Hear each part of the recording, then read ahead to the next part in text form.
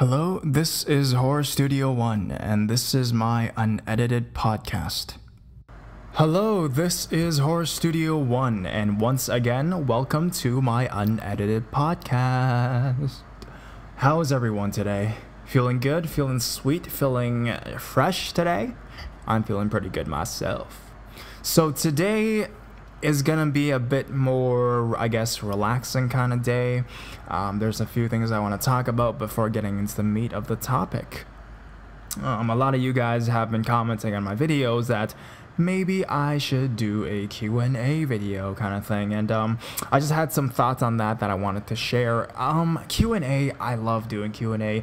I do love doing Q&A. I really love doing Q&A. I've never done a Q&A before. So, I never really actually thought about doing a Q&A, to be honest. I feel like the way I'm connecting with you guys right now is actually a pretty good Q&A. I mean, I do podcasts at like Monday to Friday. I talk a lot about myself. So if your question has not been answered, go back and watch those other videos because most likely I would have already answered them in those ones. So those are my thoughts on the Q&A. I probably won't do one as of yet, but if I reach maybe another milestone, or I feel like maybe I could do one, or some of you have really interesting questions that I will be able to answer them, because a lot of you guys are telling me to do Q&As, but a lot of you guys have not been posting questions for me to answer, so thus I don't know what to say on those. I'll have like 2 questions, and then I might as well just do these podcasts instead. So yeah, if you guys want me to answer some questions, maybe comment in the section below.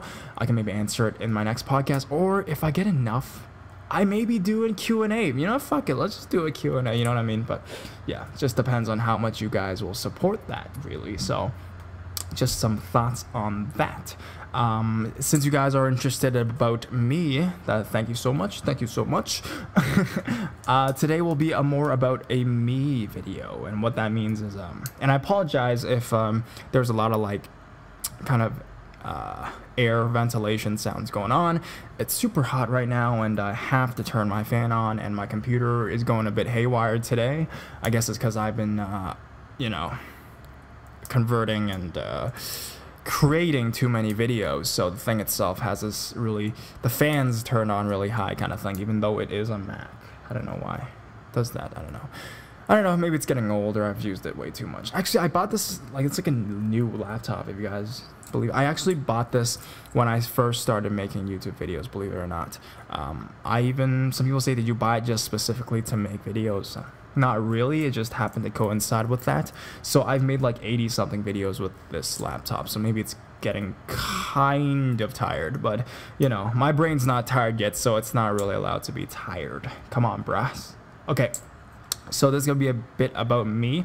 Obviously I'm gonna be talking about a bit about guerrilla style filmmaking, a bit about the Blair Witch Project, a bit of those films that use guerrilla style filmmaking, and that kind of filming style in my own video. Actually, I'll talk about a bit. I think you guys already know what I'm talking about. If you guys don't, stay tuned till the end of this podcast.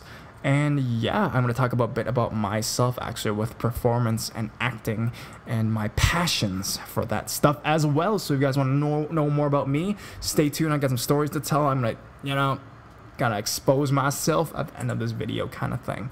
Actually, there's one point I just thought of. It's kind of like a tangent.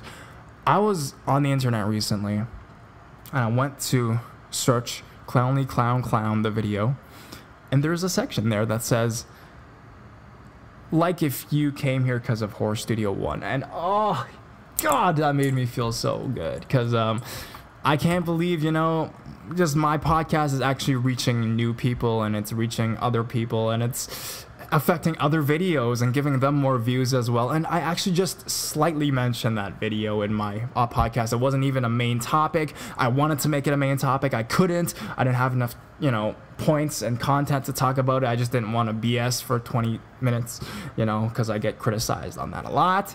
So, I'm trying to cut that stuff out of this channel kind of thing. So I'm really happy that people noticed, and people went, and yeah, they were like, yeah, and there was like a lot of likes, and people were commenting, yeah, I came here because of Horror Studio 1, and that made me feel it made me feel like a star. Thank you. Anyways, let's get back to gorilla. It's not that like the ape gorilla. It's gorilla style filmmaking, so it's basically very limited sets, very limited props, possibly just a one camera kind of filming kind of thing, and a lot of films have been using that. It's become really popular recently, and the film that I want to talk about especially is the Blair Witch Project, and I've talked about it in my podcast before.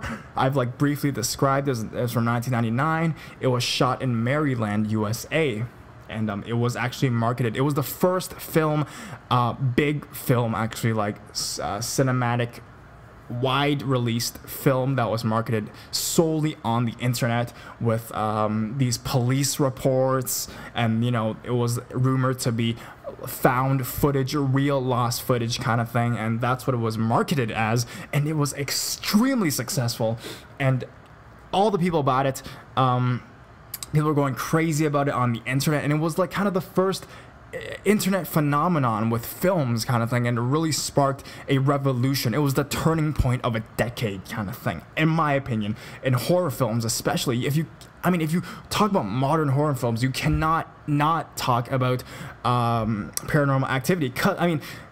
Granted, people say it's stupid. People say, you know, oh, it looks like it was shot by middle schoolers or something. And the main actress, Heather Donahue, even got Worst Actress at the Razzie Awards. Despite that, I think it's so important. It's just like in Halloween, how Halloween inspired the slasher genre, how The Shining inspired symbolism in horror films. Blair Witch Project symbolized guerrilla filmmaking in USA films, in Hollywood horror films. You cannot deny that. Even if you say the acting is horrible, you know, Scary Movie did, you know, parodies about the film itself, how the acting was really bad, and there was a scene where it was like shooting up her nose and she had like boogers or whatnot.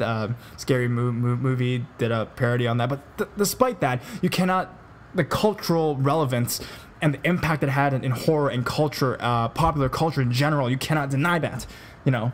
And especially now, it's the internet age, and a lot of the viral videos we see, and a lot of the stuff that we even do on YouTube, it's like, if that film did not exist, I don't think people would have the confidence to do the stuff they do on YouTube, because we wouldn't know that there would be such a big impact, right? We wouldn't believe that posting a clip, a really low budgeted clip online would gain such a wide acceptance and wide recognition and wide awareness, right? So, I mean, in some way, it really boosted the popularity of film on the internet, of videos on the internet, and it really did in some way help YouTube. And as a YouTuber, especially a horror YouTuber, how can I not, you know, talk about this film, right? And how it has affected me, you know? I mean, granted, I did talk about my own experiences with filming. I filmed my own video, you know, that was extremely, you know, it wasn't well received. No one really watched it. I was just experimenting. I've always really liked to perform and act, and I'll talk about a bit of that afterwards, but you know, I just really have to praise the Blair Witch Project, and it was horrifying when I first watched it. Actually, when I first watched the film, I was under the age of 18, so I couldn't watch it. My parents would not allow me to watch it, even on DVD and stuff like that. They thought there was going to be nudity on it, because it was like R-rated, right? Even though, I mean, they just, I guess, a lot of swearing in it with the three main characters kind of thing, and so I was not allowed to watch the Blair Witch Project when I was a kid. But when I got a bit older, in my teens, I don't think I was 18. I'm not even sure how old I was, but when I watched it, I think I was over 18.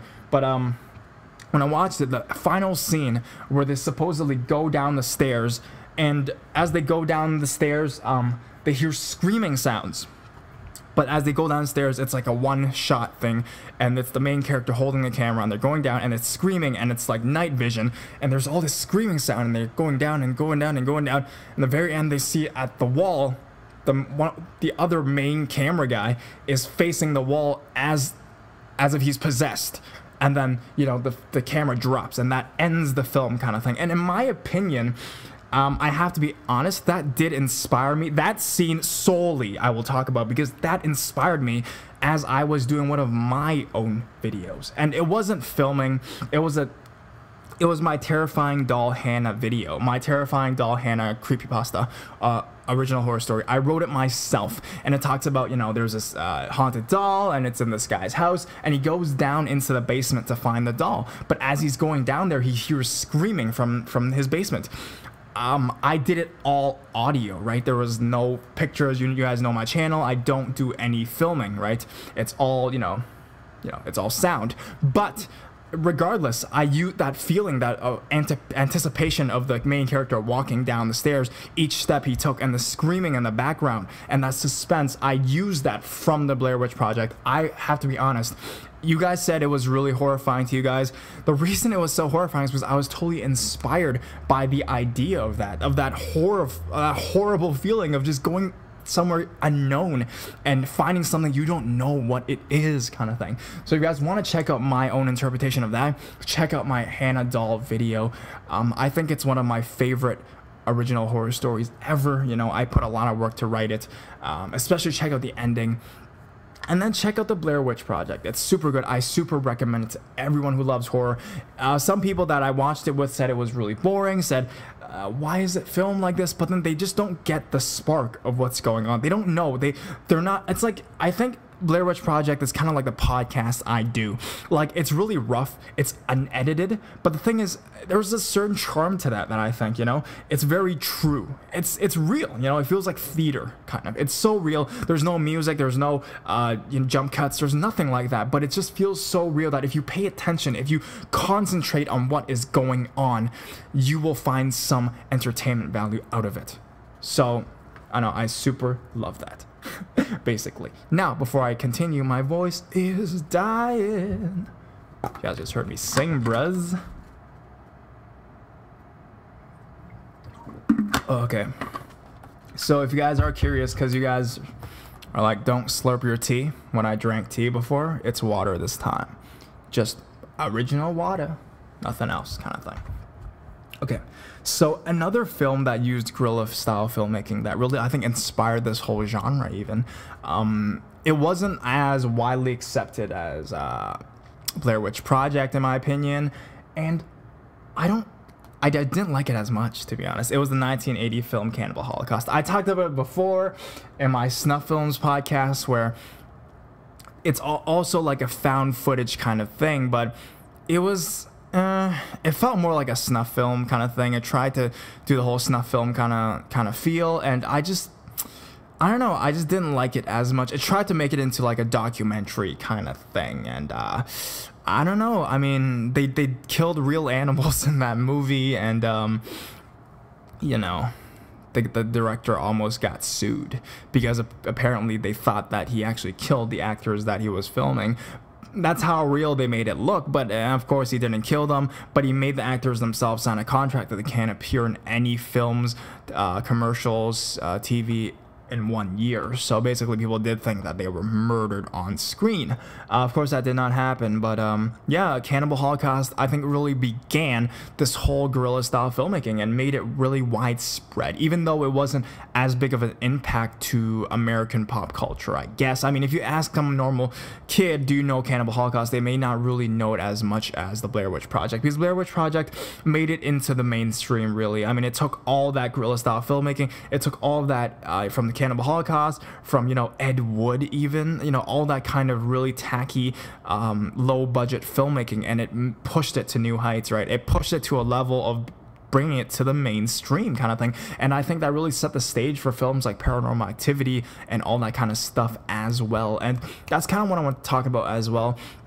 Paranormal Activity was extremely successful, and it was well received by critics as well. I don't think the Blair Witch was as well received by critics as Paranormal Activity.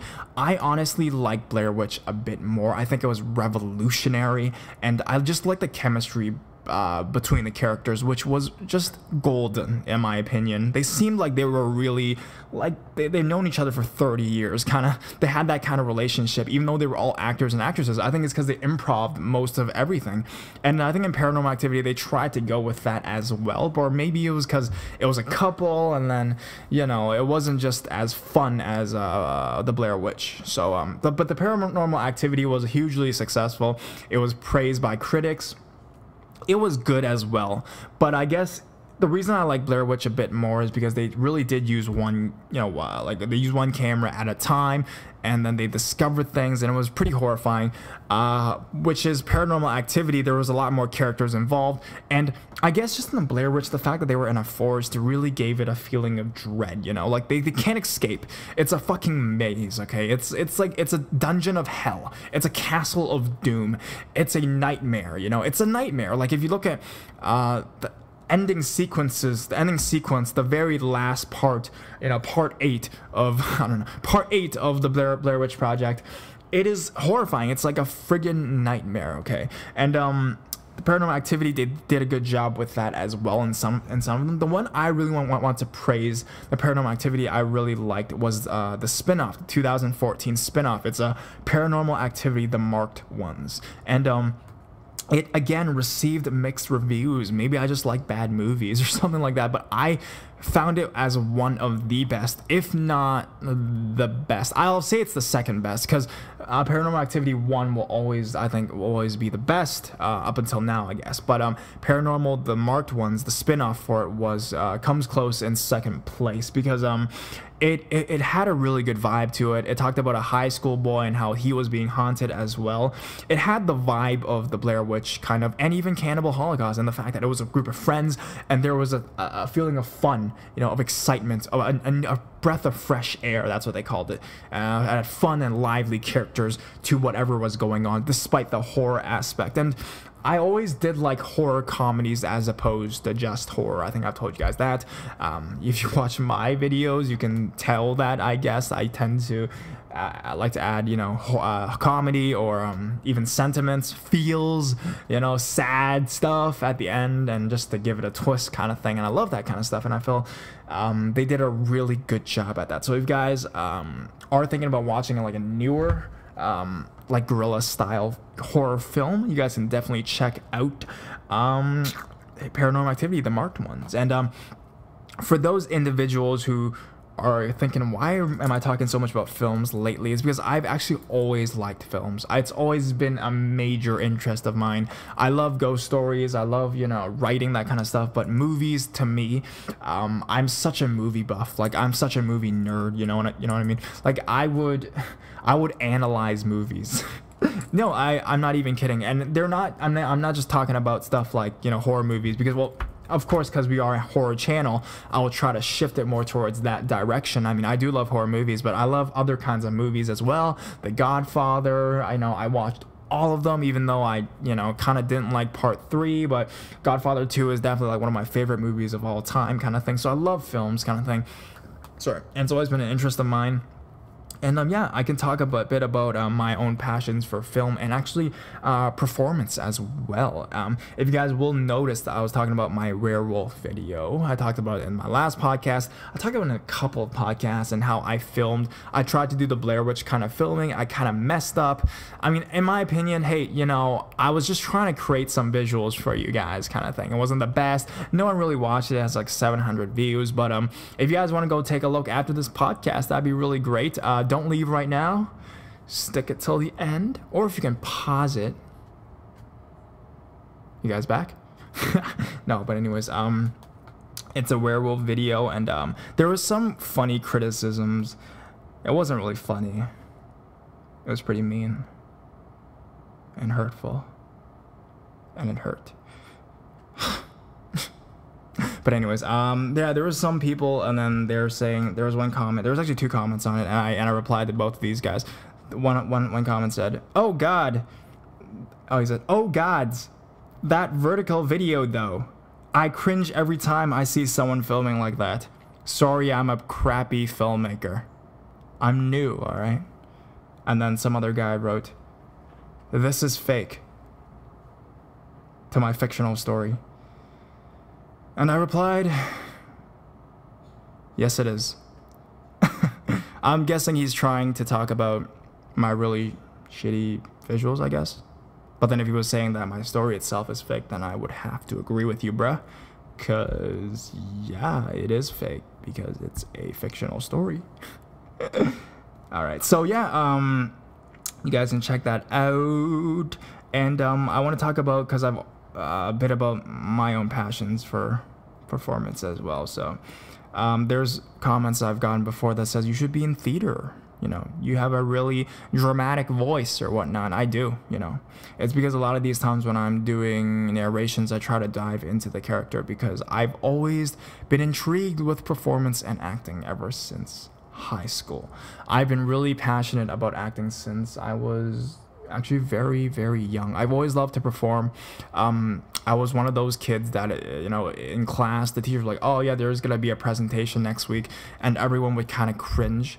But then I would secretly be really happy because then I would get to go on stage and, you know, talk about whatever kind of thing. And I did really the best performances. Like I'm not going to lie and say I didn't.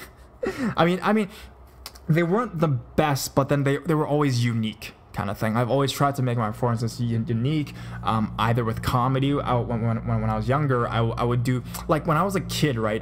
I cared about the performance more for presentations than the actual marks I was getting up until like grade 5. And what I'd do is, let's say we were presenting about some mundane topic like bugs, I would either make it the best or I would try to make it the worst or the funniest kind of thing. And, you know, I've always loved to entertain people. I don't know if you guys can tell from the personality I present in these podcasts, but it's always been me.